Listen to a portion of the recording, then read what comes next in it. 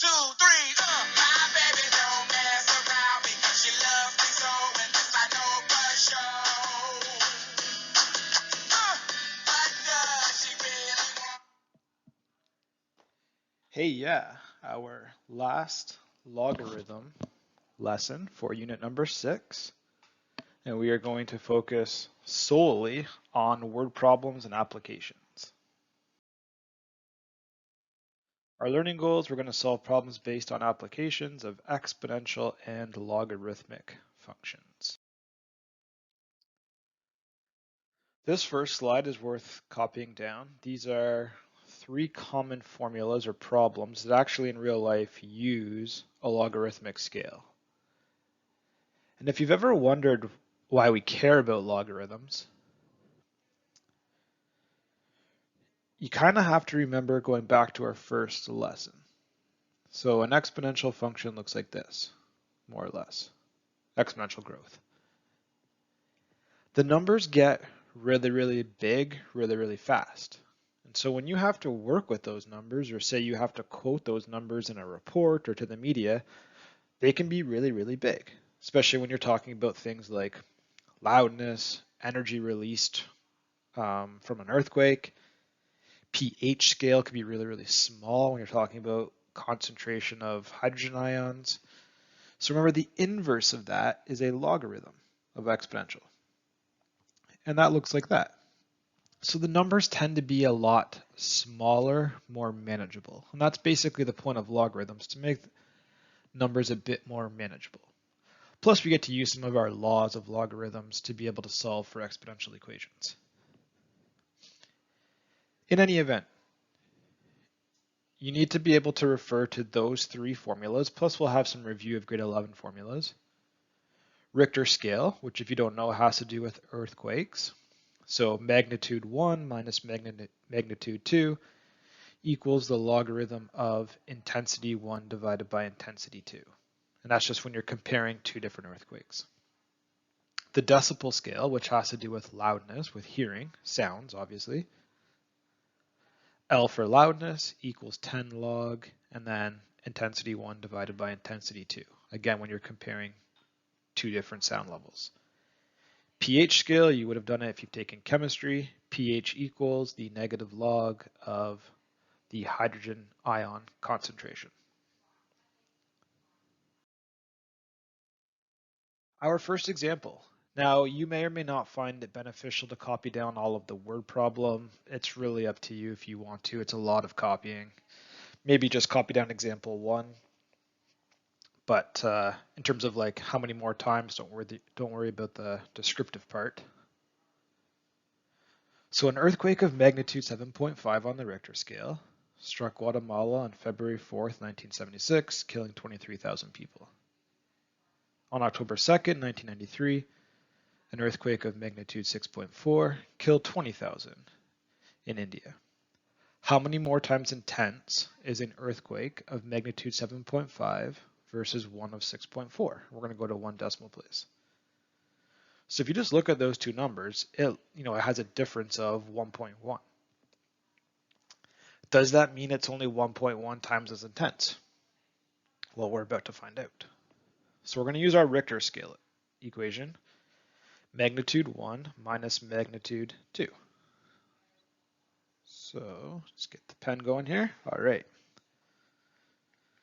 7.5 minus 6.4 equals the log of intensity 1 over intensity 2. One thing you have to realize, that right there is a ratio. Intensity 1 divided by intensity 2. That tells you the intensity difference.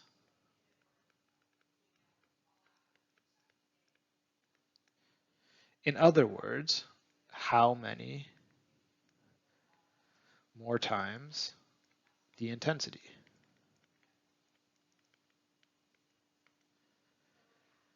To understand that, we'll look at a very quick example. If I gave you 6 and I gave you 2, just 2 numbers, forget about this problem. I just in general in life give you 2 numbers, and I said, how many times bigger is 6 than 2? Well, you would do 6 divided by 2 is 3. It's 3 times as large. That's the same idea here. So we're looking for that ratio. What is I1 divided by I2? Doing some quick math here. 1.1 equals log I1 over I2. I'll put it in brackets, you don't have to. And then how do you solve that? Well, let's go back to all of our solving lessons. I got to convert back and forth between an exponential and a logarithm. A common logarithm is base 10. So 10, and then remember you answer to a logarithm as the exponent, so 10 to the 1.1 equals I1 over I2.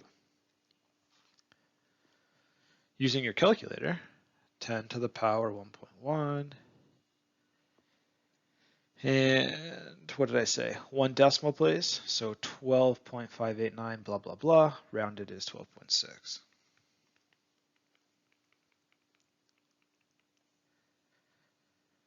So even though it was only separated by 1.1 on the Richter scale, the 7.5 earthquake was actually 12.6 times as intense, released 12.6 times as much energy.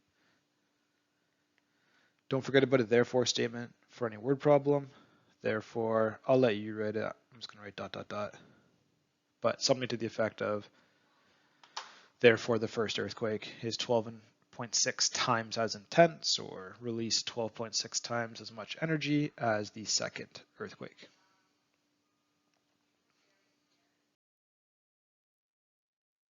Our next example. Again, you don't have to write down all of the descriptive information, maybe just the key information and then example 2. Sasha needs a new muffler on her car. She has been told that the sound from her car was measured at 120 decibels. After installing the new muffler, the loudness of her car was measured at 75 decibels. How many times more intense is 120 versus 75? So we are going to use our loudness scale. So our formula, again, L equals 10 log I1 over I2. You're being asked how many more times intense is it? So the I1 divided by I2 is what you are looking for. L just stands for the loudness. Even though you didn't have like loudness 1 minus loudness 2, that's essentially what L is. So 120 minus 75 equals 10 log I1 over I2. 120 minus 75, 45 equals 10 log of that business. Divide both sides by 10.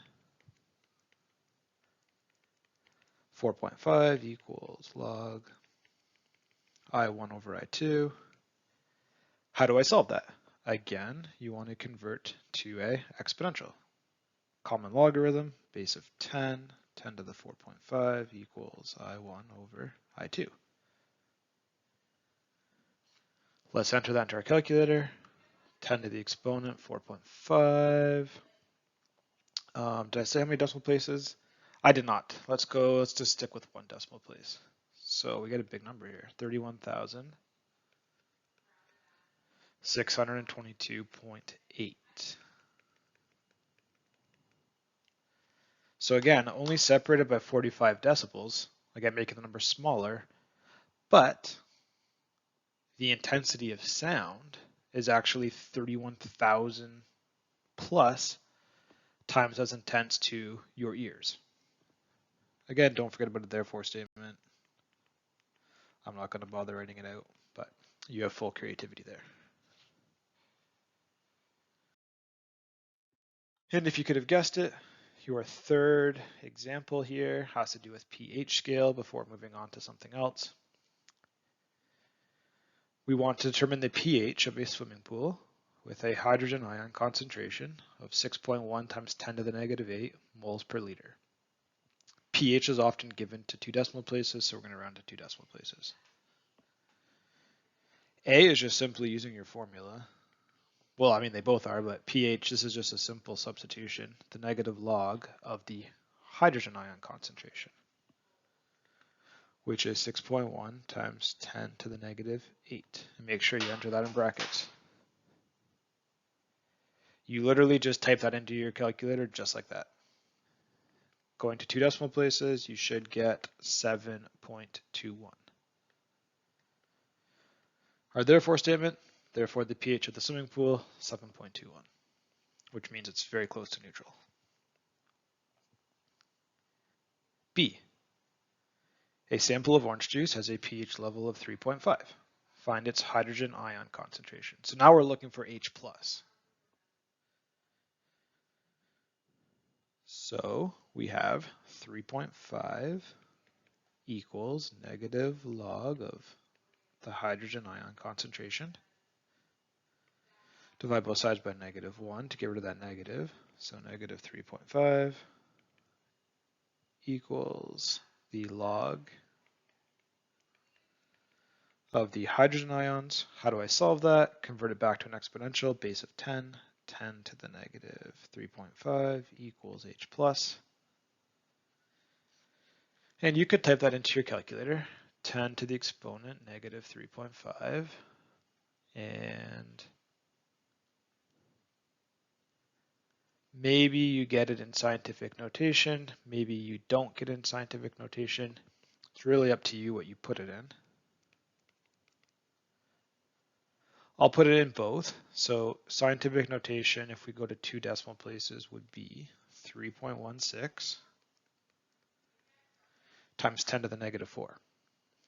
Or, if you don't like scientific notation, remember that just means move the decimal place to the left 4 times.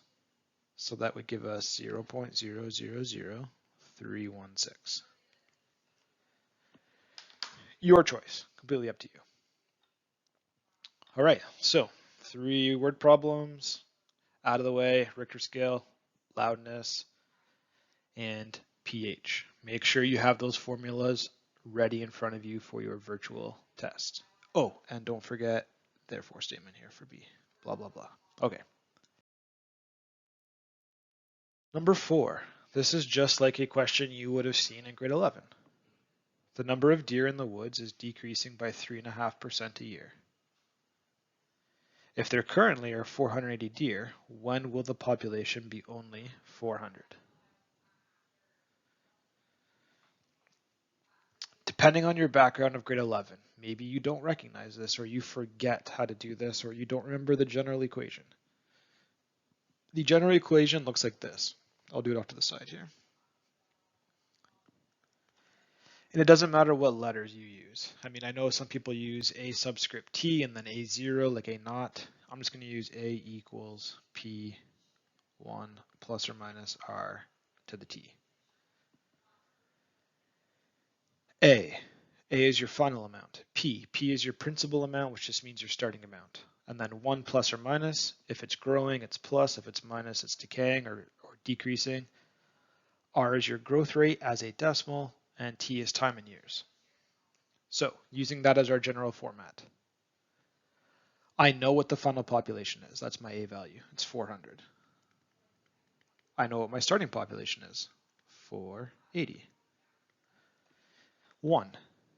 Is it decreasing or increasing? It's decreasing. So minus 3.5%. Convert that to a decimal. Divide by 100.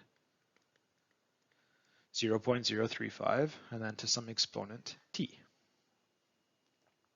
So first thing we can do, divide by 480. 400 divided by 480. Not a nice number, so we're going to make it a fraction, 5 over 6.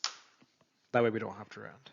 So 5 over 6 equals 1 minus 0.035 is 0.965 to the t. We know how to solve this. So in grade 11, you would do trial and error to get it as close to 5 over 6 as possible. We now know that we can use logarithms to figure this out. So I can take the log of both sides because the power law tells me that the exponent comes out front. So log 5/6 equals log 0.965 to the t. Then I can bring the t out front using the power law. Then divide both sides to isolate t by log 0.965.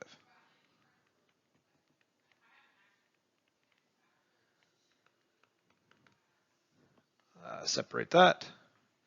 So using your calculator, log of 5.6, you might want to enter that in brackets, divided by log of 0.965. Let's go to 2 decimal places. You should get approximately 5.12 years. And if you wanted to make that into months, you could do 0.12 times 12.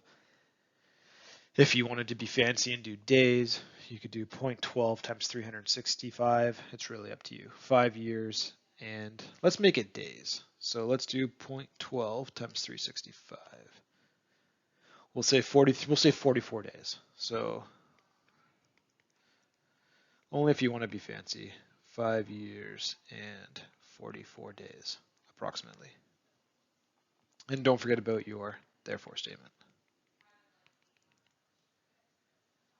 If you don't remember your general exponential growth and decay equation, make sure you have this formula written down. And you know what each of the letters represents. So again, A, final amount, P, beginning amount, R is your growth rate as a decimal, T, time in years.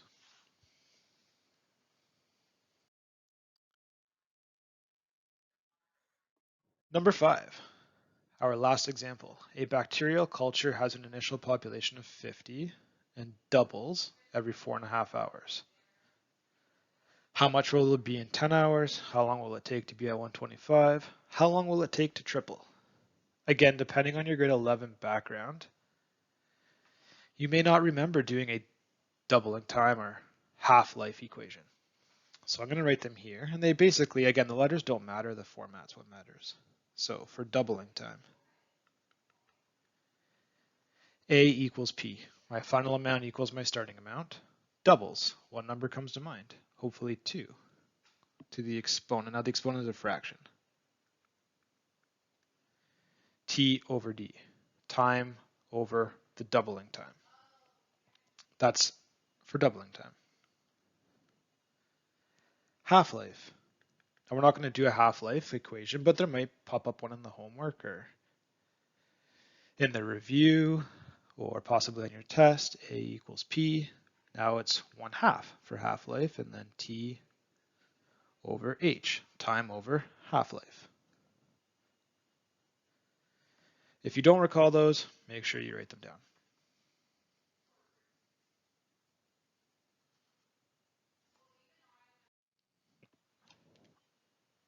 So A, how much will there be in 10 hours? So we'll do A over here. So we're looking for the final amount. What is my initial amount? 50. Doubling time is 2. Time is 10 over 4.5, right? Time divided by the doubling time. That literally you can just enter in your calculator just like that. So 50 and then 2 and then 10 divided by 4.5 as your exponent. You should get 233 bacteria. Hopefully not too bad. B, how long will it take to be at 125? So in this example, we are looking for time. Final population, 125. Initial population is 50. 2 to the t over 4.5. Step number 1 to get the t. Divide everything by 50. Okay, what's 125 divided by 50? 125 divided by 50, 2.5. Okay, I'll buy it. If you like decimals, that's a nice decimal. And then 2 to the t over 4.5. How do I get the t down? Logarithms, power law. Log of both sides, right? Bring my exponent out front using the power law. So t over 4.5 log 2. Now I'm going to combine two steps into one here. How do I get the 4.5 off the bottom? Cross multiply. Then what do? Divide both sides by log 2. So this is going to be 4.5 log 2.5 divided by log 2. Enter that into your calculator just like you see it. Round to 1 decimal place. You should get t equals 5.9 hours. Again, as you can see, versus grade 11, we don't have to guess. We don't have to do trial and error. We can use logarithms to get an exact answer. C. We'll do C down here. How long will it take to triple? Well, what's triple 50, right? What's triple the starting population? 150.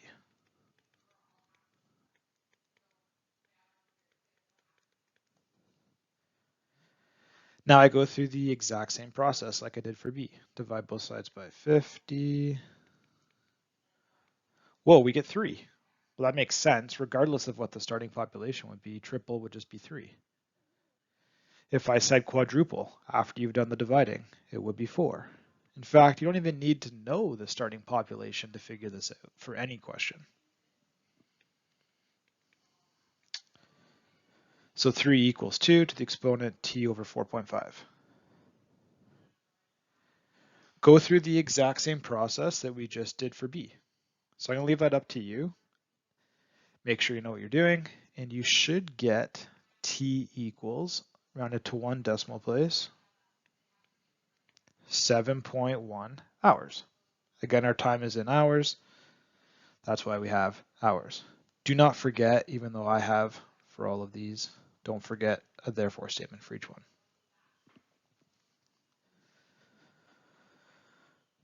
So that is the end of your lesson. Make sure that you have all of those formulas in front of you for your test. There is some work to work on. Your review, I've already posted on D2L and changed the question slightly. That's it. Second last unit in the books. As of the time of recording this, we don't know if we're going to be back to school or not, but maybe we will be for the last unit. So that's it. Thanks for listening. Happy mathing. Good luck on your second last test.